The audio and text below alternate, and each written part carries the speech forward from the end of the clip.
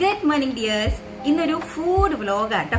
റെസിപ്പിയും കാര്യങ്ങളൊന്നുമല്ല, പക്ഷേ നിങ്ങളൊരു കേക്ക് ലവർ ആണെങ്കിൽ, സ്പെഷ്യലി നിങ്ങളൊരു ചീസ് കേക്ക് ലവർ ആണെങ്കിൽ ഒരു മസ്റ്റ് ട്രൈ ഐറ്റമാണ് ഇത്.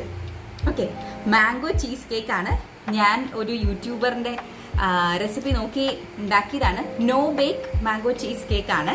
നിങ്ങൾക്ക് ട്രൈ ചെയ്യാൻ പറ്റിയൊരു ഐറ്റം ആണ് കേട്ടോ. ഇതാണ് ഐറ്റം കേട്ടോ.